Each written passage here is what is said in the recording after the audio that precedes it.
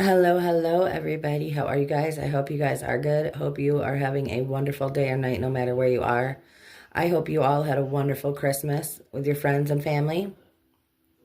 All right, so we're going to jump right into today's video. Please do me a favor, hit that like button and make sure you click that subscribe button, subscribe to the channel, and click that notification bell so you're notified of any future videos that we do. Okay, I want to make a disclaimer here. I am not a doctor. I am not a medical professional. I am just somebody stating my own opinions and facts based off of my research that I have done, and will link everything down below as well as show it on the screen. So again, if you do not take this as medical advice, if you need medical advice, seek it from a professional, from an expert. This is not medical advice. I am not advising you of anything. I am just stating my opinion. Now I want to discuss a few things in this video. First, I want to jump right in. We're going to cover babies and vaccines and their timeline, especially focusing on the childhood school required vaccines, cancer-causing ingredients in kids' food, cancer-causing ingredients in everyday hygiene items, toothpaste, shampoo, deodorant, lotion, perfume, sunscreen, all the things like that. A couple of the major things we are told about certain things, aka the sun is bad. Medications. Okay, so before we jump right in, or before we start, let's just cover the babies and vaccines and the childhood school vaccines that are required for a child to attend public school. Now, look at this timeline. This is the vaccine timeline for children. And this is right from the CDC website. I have written it all down. I will link it below and you can go see for yourself. Let's start at birth. At birth, a baby is given the hepatitis B vaccine, one of 3 doses, the RSV vaccine, and the vitamin K shot. If you want to know more about vitamin K, you're going to have to do some digging to find out the real information. I'll just say that. So at birth, 2 vaccines right off the bat. At 1 to 2 months, you are given DTaP, 1 of 5, HIB, 1 of 4, hepatitis B, 2 of 3, polio, which is the IPV, 1 of 4, the pneumococcal, which is PCV, 1 of 4, rotavirus, 1 of 2, and whooping cough. So, just by the time a baby is 2 months old, they are injected 9 times, just by the time they are 2 months old. Now again, this is all recommended by the experts. This is all recommended by the American Pediatrics and by the CDC. At 4 months, they are given DTaP, 2 of 5, HIB, 2 of 4, IPV, 2 of 4, PCV, 2 of 4, and the rotavirus. At 6 months, they are given the C19 vaccine, DTaP, 3 of 5, HIB, 3 of 4, Hep B, 3 of 3, IPV, 3 of 4, PCV, 3 of 4, and rotavirus, 3 of 3. From 7 to 11 months, the flu vaccine. They recommend at 7 months you give the child the flu vaccine in every year after, during flu season.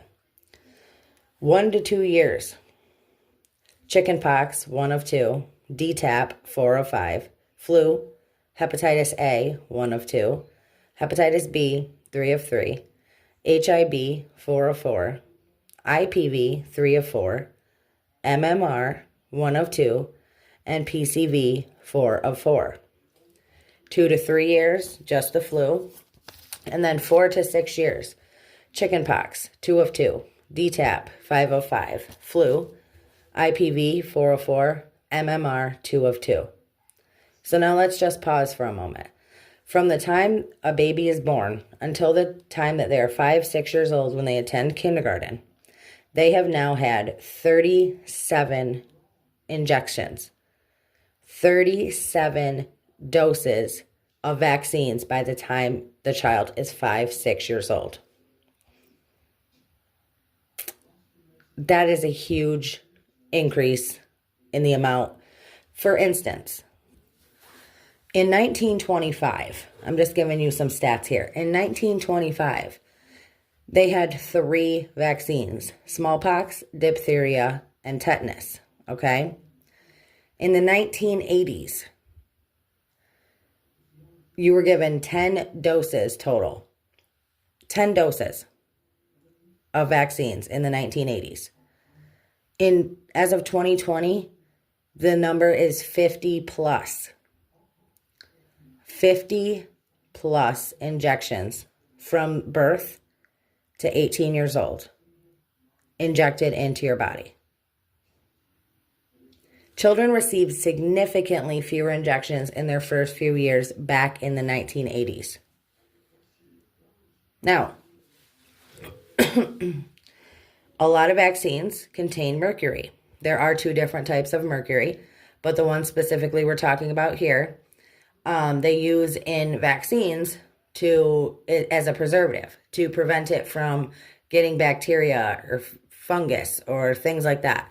So to prevent that from happening, they put, mercury is included into the vaccine.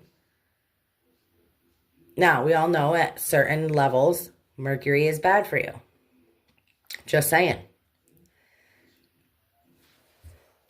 Let's take a look at this. Cancer stats in the 1950s. 157 per 100,000 people. Today, as you see here, 1 in 3 will be diagnosed with cancer. 1 in 3 in the U.S. will be diagnosed with cancer. That is massive. With the billions and billions and billions of dollars that have been spent on cancer research, and there's no cure for cancer today. Still, even with stem cell therapy and like rebuilding your own T cells and all of these different things that they are now doing, they still have their main 2 things have always been chemotherapy and radiation, both of which completely fill your body with toxins and poison. And unfortunately, a lot of times those toxins and poisons kill you before they kill the cancer. Now, so let's go back. So you're born, you get all these vaccines. Up until you're 18, you're injected with 50 plus injections of vaccines in a lifetime. You are told that to use sunscreen because the sun is bad. Sun is bad for you. Sun will give you cancer, right? They have included ingredients in almost all of the foods you eat, unless you are eating all natural foods all the time.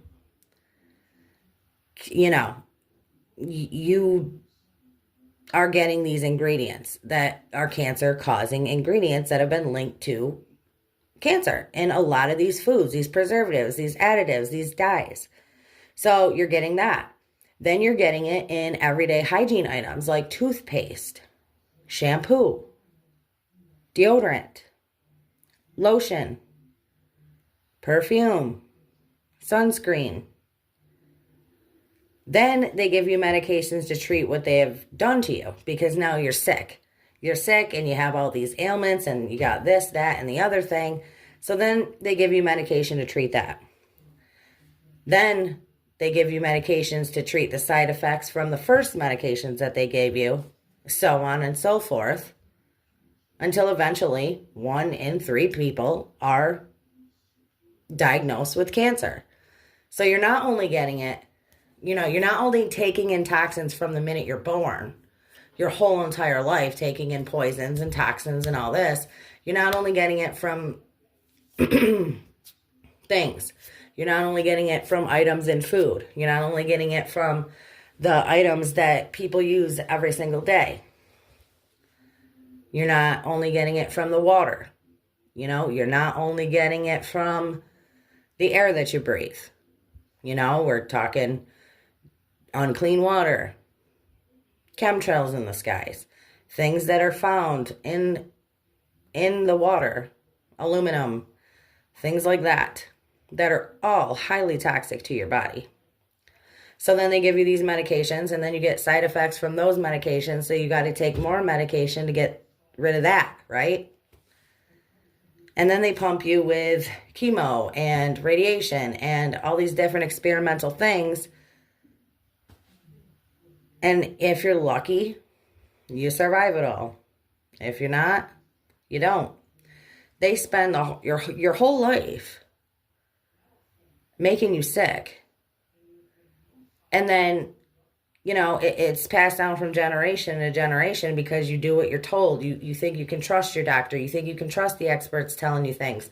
So when the experts and the pediatric doctors and all these people are saying, listen, you got to give these things to your kids. They'll help prevent this. They'll help prevent this disease. You give it to them to keep them safe without really ever knowing what's really happening inside of them because of that, because everybody is different. Our great-great-great-grandparents didn't have any of the poison that we have today. They had herbs and spices and natural remedies. They ate natural foods, and they didn't have the dyes, the cancer-causing ingredients. They didn't have any of that. Stop, pause, look around, check it out. All the information is out there for people to see. It's just few people choose to see it. And then the people that do see it, it's hard to make the changes to change yourself. You know what I'm saying? But you are a consumer from the time that you are born. They make you sick by getting you to consume what they sell you, the snacks, the treats, the processed foods. Then they sell you treatments and cures that will only keep you coming back for more, the sicker and unhealthier you get. Big pharma, they can't and won't cure you because they would no longer make money off of you. They won't take the stuff out of making you unhealthy because they won't make any money off of you. The U.S. allows chemicals and additives and dyes that are banned in several other countries due to safety concerns, but they allow it here in America. Why?